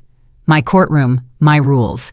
Mr. Mitchell, if I find out you've been coaching your daughter to lie, you'll be facing a lot more than suspended visitation. David's face went pale. He looked at me across the courtroom with something I hadn't seen before. Fear. Good. The forensic interview was conducted by Dr. Renee Patterson, a specialist in child psychology and family court cases. She met with Emma for 2 hours over 2 separate sessions. I wasn't allowed to be present. Neither was David. The interviews were recorded and would be submitted to the court. The waiting was agony. I paced the house. I couldn't eat. I couldn't sleep. Every time my phone rang, I jumped. Finally, after 5 days, Rachel called. We have the report. What does it say, Doctor? Patterson concluded that Emma was coached by her father to make false statements about being left home alone. She also found that Emma exhibits signs of anxiety related to the conflict between her parents and that she feels pressure to please both of you. Is that bad? It's complicated. The coaching is clearly bad for David, but the anxiety means the court might consider therapy for Emma, and they might look at both parents' roles in creating a stressful environment. I didn't create this stress. David did. I know, but the court looks at the whole picture. What happens now? We go back to court. Judge Hawkins will review the report and make a determination about custody. The hearing was scheduled for 2 weeks later. Those 14 days felt like 14 years. I tried to maintain normalcy for the kids. School, homework, dinner, bedtime. The same routine we had always followed. But everything felt fragile, like we were all walking on thin ice. Emma became withdrawn. She barely spoke at meals. She stopped asking about her father. "Honey, are you okay? I don't want to talk about it. We can talk whenever you're ready." "I'll never be ready." She went to her room and closed the door. I stood in the hallway feeling more helpless than I had ever felt in my life.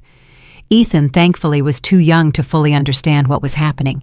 He asked about David occasionally, and I told him that Daddy was very busy with work, but that he would see him soon. "Does Daddy still love me?" "Of course he does, sweetheart. Daddy will always love you." "Then why doesn't he come over anymore?" "It's complicated, baby. Grown-up complicated." "Yes." He accepted this with the easy trust of a 5-year-old. But I knew that trust wouldn't last forever. Eventually, he would want real answers. I just hoped I would have them by then. The night before the hearing, I couldn't sleep. I sat at the kitchen table with a cup of tea that went cold hours ago, staring at nothing. My phone buzzed. A text from an unknown number. "Sarah, it's Jessica. I need to talk to you, please." I stared at the message. After everything, she was still trying to contact me. Against my better judgment, I replied, "What do you want?" "I have information that could help you, about David." "Why would you help me?" "Because I'm not the person you think I am. Please, meet me tomorrow morning, before the hearing. It's important." I should have ignored her. I should have deleted the message and tried to get some sleep. But something in her words made me pause. "Where?" "The coffee shop on Cambridge Street. 8 o'clock. I didn't respond. I just sat there wondering if I was making a huge mistake. At 7:45 the next morning, I walked into the coffee shop. Jessica was already there, sitting in a corner booth, looking nothing like the confident woman who had stolen my husband. Her hair was pulled back in a messy ponytail. She wore no makeup. Dark circles shadowed her eyes. I sat down across from her. "You have 5 minutes. Thank you for coming." "Don't thank me, just talk." She took a deep breath. "I know about the coaching. David told me what he was doing with Emma. You knew. I found out after the fact. He called me when he was drunk one night, ranting about how you were turning the kids against him. He said he had to fight fire with fire. That's why you warned me. Partly, but there's more." She reached into her purse and pulled out a flash drive. "What is this, Ressal? Recordings, emails, text messages, everything I have from my time with David. Why are you giving this to me?" Jessica's eyes filled with tears. "Because I'm tired of being a monster. I did terrible things. I hurt you, I hurt your children, and I'm going to spend the rest of my life regretting it. But this is the one thing I can do to make it right." "How do I know this isn't a setup?" "You don't. But I swear to you, Sarah, everything on that drive is real.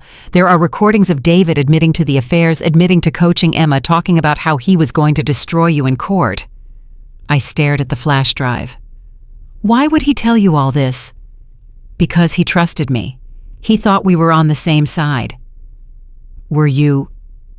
"I thought I was, until I realized I was just another pawn in his game." "The baby, is it real?" Jessica placed her hand on her stomach.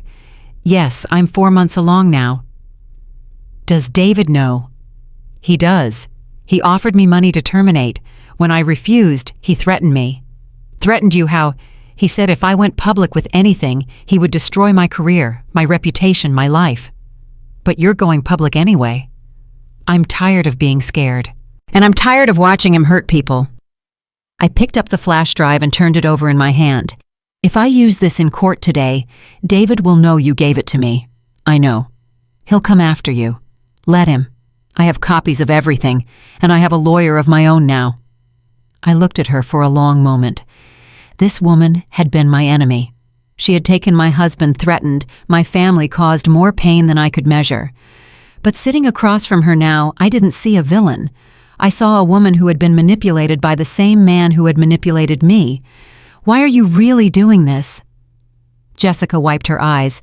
Because I'm going to be a mother, and I don't want my child to grow up thinking this is who I am. I stood up from the table. Thank you. Will you use it? I don't know yet. I left the coffee shop and drove to the courthouse, the flash drive burning a hole in my pocket. Rachel met me outside the courtroom. You ready? I have something. I showed her the flash drive and explained where it came from. Rachel's eyes widened. This could change everything. Can we use it? If it's authentic, absolutely. But we won't have time to verify it before the hearing. Then what do? We play it by ear. If David does anything in that courtroom, anything at all that gives us an opening, we introduce it. We walked inside. David was already seated with his lawyer. He looked confident, well-rested, wearing a suit that probably cost more than my monthly salary. He glanced at me and nodded, as if we were acquaintances at a cocktail party, rather than two people fighting over our children's futures. Judge Hawkins entered, and everyone rose. Be seated. We're here to review the forensic evaluation report and make a preliminary custody determination. Dr. Patterson, your report concludes that the minor child, Emma Mitchell, was coached by her father to make false statements. Is that correct? Yes, Your Honor. Mr. Mitchell, would you like to respond? David's lawyer stood. Your Honor, my client maintains that any statements made by Emma were misinterpreted. He never explicitly told her to lie. The recordings suggest otherwise, Dr. Patterson said. Emma clearly stated that her father told her what to say. An 8-year-old's interpretation is not necessarily accurate.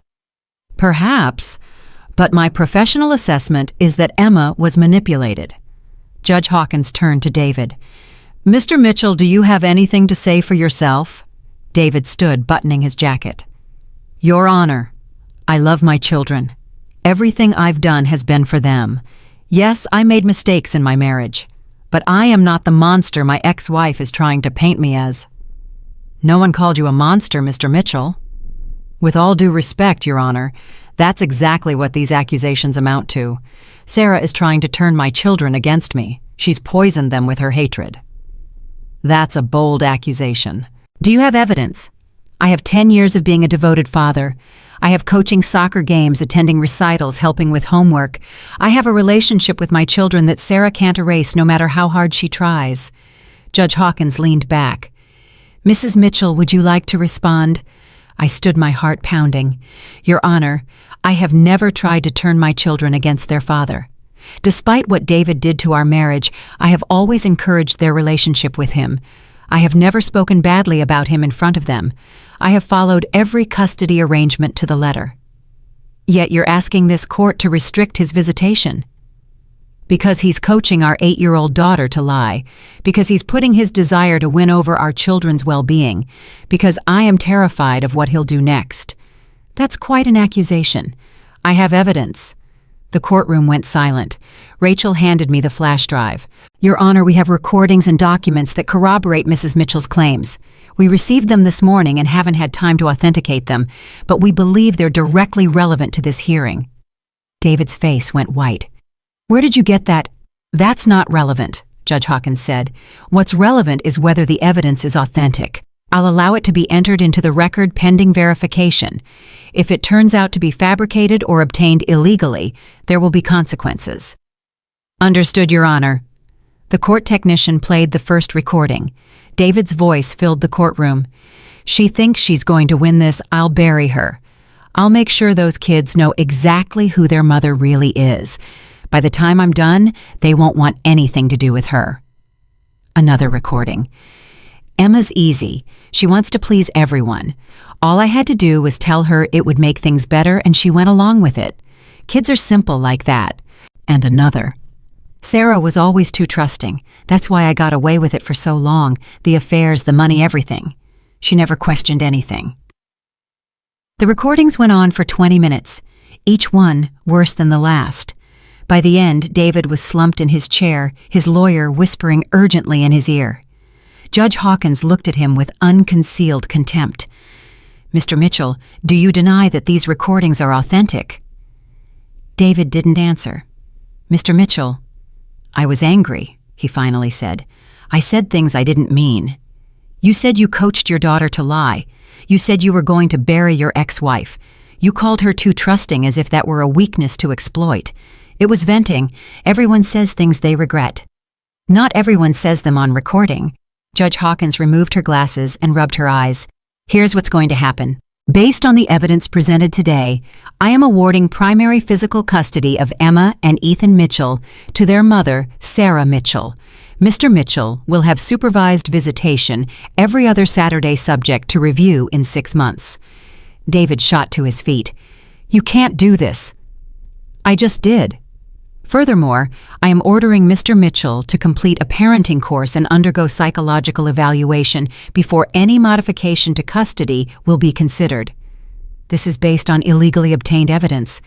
The evidence was provided voluntarily by a third party. There's no indication of illegal acquisition. David turned to me, his face twisted with rage. You did this. You destroyed everything. No, David, you destroyed everything. I'm just picking up the pieces. This isn't over. Yes, it is. Judge Hawkins banged her gavel. Court is adjourned. I walked out of that courtroom with my children's futures secured. Rachel hugged me in the hallway. You did it, Sarah. You won. It doesn't feel like winning. It never does, but your kids are safe. That's what matters. I drove home in a daze. Emma and Ethan were at school. The house was empty and quiet. I sat on the couch and let the tears come. Tears of relief, tears of exhaustion, tears of grief for the life I thought I was going to have. But underneath all of it, something else. Strength. I had faced the worst thing that could happen and survived. I had fought for my children and won. I had looked my worst fears in the eye and refused to back down. That evening, I picked up the kids from school. Mom, you look happy, Emma said. I am happy, sweetheart. Does that mean everything's okay now? It means we're going to be okay. All of us. She smiled for the first time in weeks. Ethan grabbed my hand as we walked to the car. Can we get ice cream? You know what? Yes, we can definitely get ice cream. We drove to the little shop downtown, the one with the homemade flavors and the sticky tables. Emma got strawberry. Ethan got chocolate with sprinkles. I got butter pecan and didn't feel guilty about it. We sat in a booth and ate our ice cream and talked about nothing important. School projects, cartoon characters, whether dogs or cats made better pets, normal things, beautiful, ordinary, precious, normal things. The sun was setting when we got home. I stood on the porch and watched my children run inside arguing about who got to pick the movie for family night. This was my life now. Not the life I had planned, but the life I had built from the wreckage of the old one. It wasn't perfect. It wasn't what I had dreamed of when I was young and foolish and in love with the wrong man, but it was mine, and that was enough. 6 months passed faster than I expected. Spring came to Boston with cherry blossoms and longer days, and the kind of warmth that makes you believe in second chances. Emma turned 9 in April. We had a party in the backyard with her friends from school, a unicorn cake, and enough balloons to lift the house off its foundation. She was smiling again, really smiling, not the forced kind she had worn during the custody battle. The therapist said she was making excellent progress. The nightmares had stopped. The bedwetting was a distant memory. Ethan started kindergarten in the fall and came home every day with stories about his new best friend Marcus and the class hamster named Mr. Whiskers. He had stopped asking when Daddy was coming home. He had accepted our new normal with the resilience that only children possess. David kept his supervised visits. Every other Saturday, he met the kids at a community center with a court-appointed monitor watching from across the room. The kids came home from those visits quieter than usual, but not upset, just thoughtful. "How was your time with Daddy?" I asked Emma one Saturday evening. "Fine." "Just fine?" She shrugged. "He's different now, quieter. He asks us questions about school and stuff, but it feels like he's reading from a script. Maybe he's just trying hard. Maybe, but it doesn't feel real, not like before." I didn't know what to say to that. The truth was nothing about David had ever been real. We were all just discovering that at different speeds. The court review came in June. Rachel met me at the courthouse with cautious optimism. His psychological evaluation came back clean. No major disorders. The parenting class is complete. His lawyer is going to push for unsupervised visitation. What do you think? I think the judge will grant it. He's done everything they asked. There's no legal basis to continue supervision. Even after what he did, legally he's served his time. The system isn't designed for permanent punishment. It's designed for rehabilitation. I sat with that for a moment. I didn't like it, but I understood it. What about custody? Is he going to ask for more time? Probably, but I doubt he'll get it. The recordings are still on record. No judge is going to give him 50-50 after that. The hearing was brief. Judge Hawkins reviewed David's progress and agreed to lift the supervision requirement. He would now have unsupervised visitation every other weekend, Friday evening to Sunday evening. David looked relieved, humbled even. When the hearing ended, he approached me in the hallway. "Sarah, can we talk?" "About what? About the kids? About us? About everything?" "There is no us." "I know. I meant about co-parenting, about finding a way to make this work without all the hostility." I studied his face. He looked older than he had a year ago. The confidence was still there, but it was tempered now, softer around the edges. "What do you want, David?" "I want to be a good father, a real one, not the performance I was putting on before." "Performance. All of it. The coaching, the manipulation, the trying to win at any cost. I thought I was fighting for my kids, but I was really fighting for my ego. I see that now." "Your therapists tell you that, among other things." We stood in silence for a moment.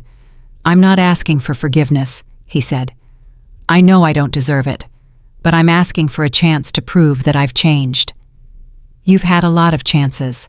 I know, and I've wasted every one of them, but this time is different." "Why?" "Because I finally understand what I lost. Not you, not the marriage, not the house or the life we built. I lost my children's trust. I lost the right to call myself a good father, and that's the thing that keeps me awake at night." I didn't respond. I didn't know how to respond. "Just think about it," he said. "That's all I'm asking." He walked away before I could say anything else. That night, after the kids were in bed, I called Linda. "David wants to be friends." "Excuse me?" "Not friends exactly, but civil, cooperative, normal co-parents." "And what do you want?" "I want to never see his face again, but that's not realistic." "No, it's not." "So what do I do?" Linda was quiet for a moment. "Remember what I told you when my divorce was final? You told me a lot of things. I told you that the opposite of love isn't hate, it's indifference. When you stop feeling anything about someone, that's when you're truly free. I don't feel indifferent about David. I feel angry." "Then you're not free yet." "How do I get there?" "Time. Distance. Building a life so full that he becomes a footnote instead of a chapter." I thought about that long after we hung up. A footnote instead of a chapter. I liked the sound of that. Summer arrived with heat waves and thunderstorms and long days at the community pool with Emma and Ethan. I took 2 weeks off from the hospital, and we drove to Cape Cod, just the three of us staying in a little cottage near the beach. "Mom, this is the best vacation ever," Ethan declared, his face covered in sunscreen and ice cream. "Better than when we went to Disney." "Way better, because it's just us." Emma nodded. "It's nice not having to worry about anyone else." I knew she meant David. The Disney trip had been 3 years ago, back when I still believed my marriage was solid. David had spent half the trip on his phone taking calls from the office, checking emails. At the time, I had made excuses for him. Now I knew what those calls were really about. "Just us is pretty great," I agreed. We spent a week building sandcastles, collecting shells, eating seafood, and falling asleep to the sound of waves. It was the most peaceful I had felt in years. On our last night, Emma and I sat on the porch while Ethan slept inside. "Mom, can I ask you something?" "Anything." "Do you ever miss Dad?" The question caught me off guard. "What do you mean? Like the way things used to be, before everything happened?" I considered my answer carefully. "I miss the family we used to have. I miss believing that everything was going to be okay. But do I miss your father specifically? No, not really. Why not? Because the person I thought I married doesn't exist. He was a character your father played. The real David is someone I'm still getting to know. That's sad. It is, but it's also freeing. Once you stop believing in a fantasy, you can start living in reality. Emma leaned her head against my shoulder. I don't want to believe in fantasies. You don't have to, but you can still believe in good things, in people who are honest, in love that's real. How do you know when love is real? When someone's actions match their words, when they show up even when it's hard, when they choose you not because you're convenient, but because you matter. Did Daddy ever love you like that? I think he loved me in his own way, but his way wasn't enough. We sat in comfortable silence watching the stars appear one by one. I love you, Mom. I love you too, sweetheart. More than you'll ever know. We drove home the next day sunburned and happy, and ready to face whatever came next. September brought another school year and another round of adjustments. Emma started 4th grade with a new teacher she adored. Ethan moved up to 1st grade and came home with spelling tests covered in gold stars. I went back to work full-time, grateful for the routine and the distraction. David's unsupervised visits continued without incident. He took the kids to movies, to the park, to his new apartment where they had their own rooms now. They came home tired but content. Daddy's trying really hard, Emma reported. That's good. He says he wants to be better. For us. Do you believe him? She thought about it. I don't know yet, but I want to. That was more than I could manage, but I didn't say that out loud. October arrived with Halloween preparations and parent-teacher conferences and the slow creep of cold that signals winter's approach. I carved pumpkins with the kids, took them trick-or-treating through the neighborhood, and pretended not to notice when they ate candy before bed. On November 1st, my doorbell rang. I opened it to find Jessica Palmer standing on my porch. She looked different from the last time I had seen her. Heavier, obviously pregnant now, with a tired smile that didn't reach her eyes.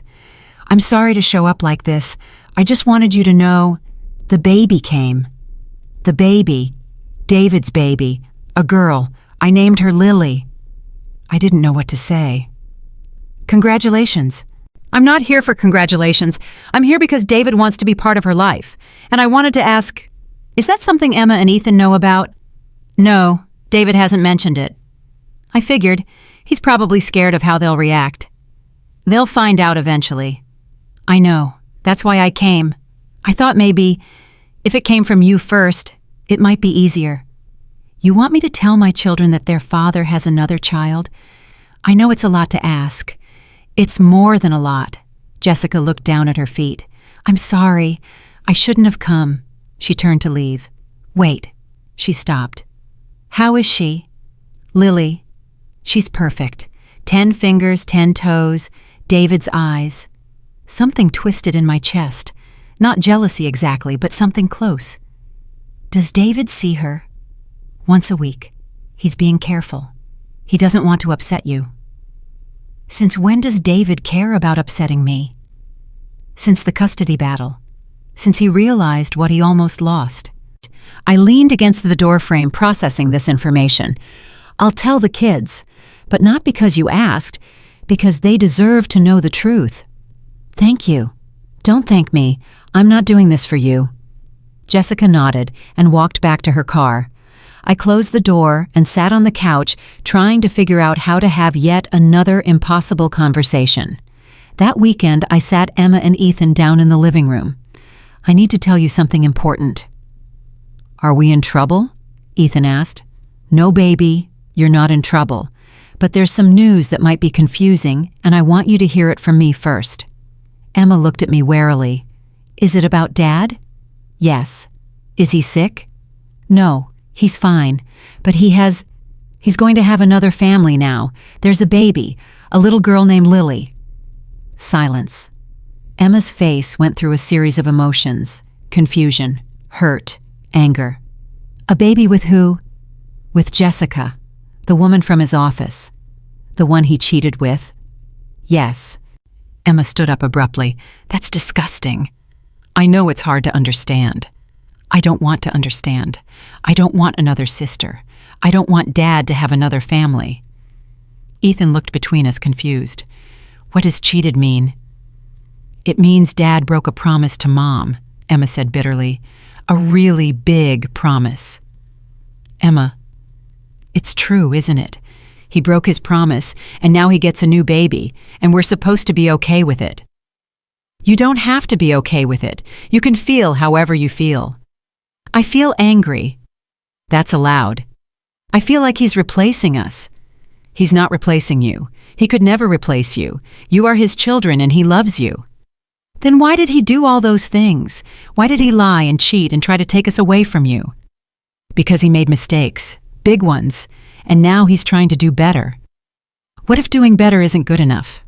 I pulled her into my arms. "Then we deal with that when it happens. But for now, all you have to do is feel your feelings. You don't have to forgive him. You don't have to like the situation.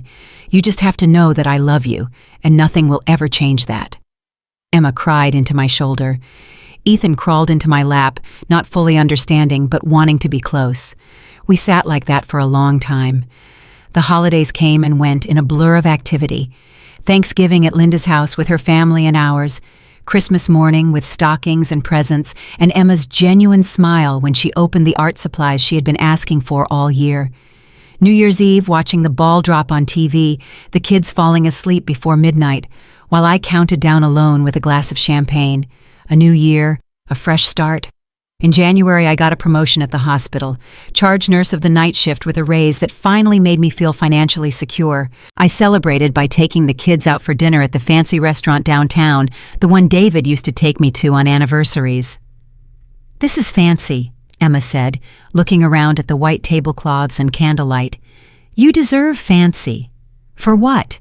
"For being amazing, for surviving a really hard year, for being brave even when you were scared." Emma smiled. "You're the brave one, Mom." "I learned it from watching you." The food was delicious. The company was better. Walking home that night, I realized something. I was happy. Not the desperate, grasping happiness I had chased during my marriage. Not the manufactured happiness of pretending everything was fine when it wasn't. But real, solid, earned happiness. The kind that comes from surviving the worst and discovering you're stronger than you knew. February brought Valentine's Day and unexpected news. Linda set me up on a blind date. "His name is Michael. He's a pediatrician at Mass General. Divorced, 2 kids, completely normal." "I don't need a man." "Nobody said you did, but you deserve to have some fun." "I have fun." "Going to bed at 9:30 isn't fun." "It is when you work night shifts." "Just one date, coffee. If you hate him, you never have to see him again." Against my better judgment, I agreed. Michael was tall, with kind eyes and a crooked smile that made him look perpetually amused. We met at a coffee shop near the hospital and talked for 3 hours without running out of things to say. He told me about his divorce, amicable but sad, about his kids 12 and 14, who lived with their mother but spent weekends with him, about his work which he loved with an intensity I recognized. I told him about David, about the affair, the custody battle, the long road to where I stood now.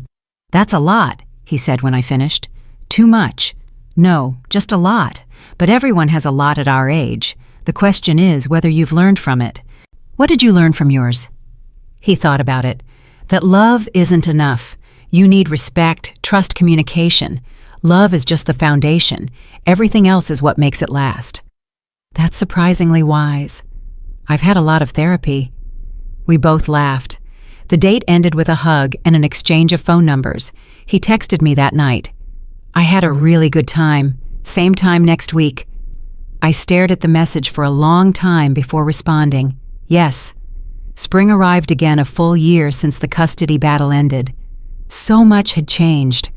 Emma was thriving in school, making friends, rediscovering her confidence.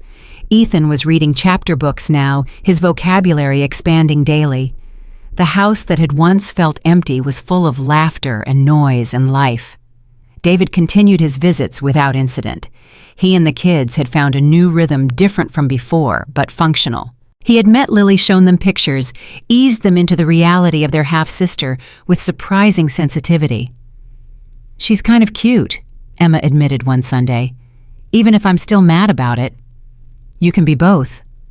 Mom, can I ask you something? Always. Are you dating someone? I nearly choked on my coffee. Where did you hear that? Dad mentioned it. He said you seemed happier lately. Lighter. Does that bother you? No, I want you to be happy. She paused.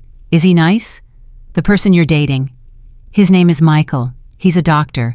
And yes, he's very nice. Will we meet him? Eventually, when the time is right. Emma nodded, satisfied. Good. You deserve someone nice. Thank you, sweetheart. Just don't let him move in too fast. We need time to adjust. I laughed. When did you get so wise? I learned it from watching you. Michael met the kids in April over dinner at our house. I made lasagna Emma's favorite and watched nervously as introductions were made. I've heard a lot about you, Michael said, shaking Emma's hand like she was an adult. Same. Mom talks about you constantly. I do not. You kind of do. Ethan was more direct. Are you going to be our new dad? Ethan, I said quickly. Michael just smiled. I'm just a friend of your mom's, someone who makes her smile. Is that okay with you? Ethan considered this. Do you like Star Wars? I love Star Wars. Then it's okay. The dinner went better than I expected. Michael was patient with Ethan's endless questions and engaged Emma in a conversation about her artwork that made her light up. After the kids went to bed, we sat on the porch with glasses of wine. They're wonderful, Michael said. They're everything. I can see why you fought so hard for them. I would do it again, 1,000 times. He reached over and took my hand. I know. We sat in comfortable silence watching fireflies dance in the backyard. I'm not looking for a replacement father for them, I said finally. I'm not trying to be one. What are you trying to be? Whatever you need, a partner, a friend, someone to share the load when it gets heavy. It gets heavy a lot. I know. That's what I'm here for. I leaned my head against his shoulder. For the first time in years, I let myself imagine a future that wasn't just survival. A future with possibility, with partnership, with love that didn't come with conditions and lies. It terrified me, but it also felt right. 1 year later, on the anniversary of the custody ruling, I stood in my kitchen making breakfast for a house full of people. Emma, now 10, was helping Ethan with his homework at the table. Michael's kids, Jake and Sophie, were debating about something on their phones. Michael himself was at the stove flipping pancakes and singing badly to the radio. It wasn't the life I had planned. It wasn't the life I had imagined when I was 23 and blindly in love with the wrong man. It was better. Messier, yes. More complicated, absolutely. But richer and deeper and more real than anything I had ever experienced. Linda came by that afternoon with coffee and a knowing smile. Look at you, the woman who said she didn't need anyone. I didn't. I still don't.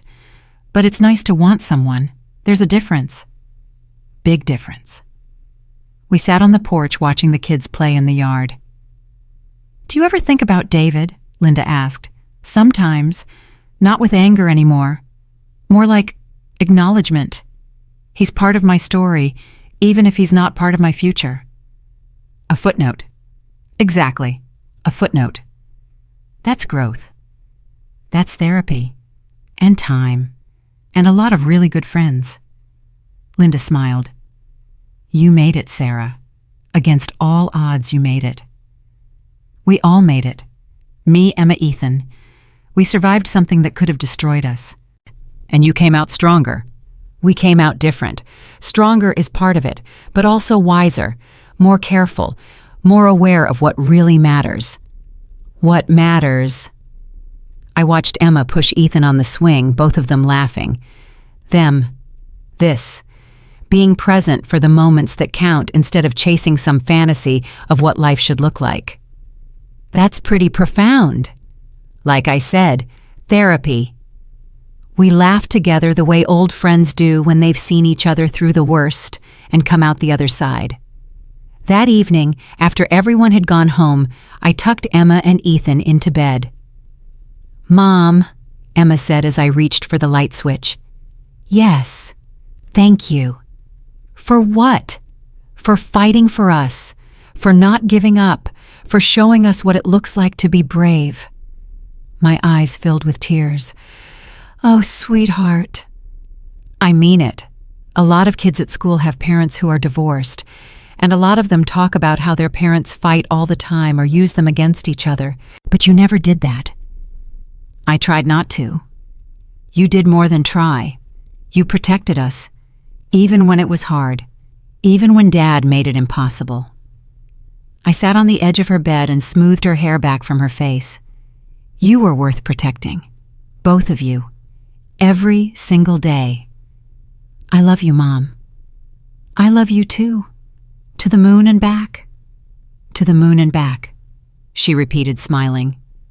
I kissed her forehead and turned off the light. In my own room, I stood at the window and looked out at the neighborhood I had made my home, the houses with their porch lights glowing, the trees that would bloom again in spring, the life I had built from the wreckage of the one that fell apart. I thought about the woman I had been 2 years ago. The one who ran down a hospital corridor, terrified and desperate, only to discover that everything she believed was a lie. That woman felt like a stranger now. In her place stood someone new, someone who had been broken and put herself back together. Someone who had lost everything and found what really mattered. Someone who had learned that the ending of one chapter is not the ending of the whole story. My phone buzzed, a text from Michael. Thinking of you, sweet dreams. I smiled and typed back, sweet dreams to you too. I set the phone on my nightstand and climbed into bed. Tomorrow would bring new challenges, new joys, new opportunities to grow and change and become whoever I was meant to be. But tonight, I was enough. I had my children, I had my friends, I had a future that belonged to me and no one else, and that was everything. Because here's what I learned from walking through fire. You don't need someone else to complete you. You don't need a perfect life or a perfect marriage or a perfect ending to be happy. You just need the courage to let go of what's breaking you and the strength to build something new.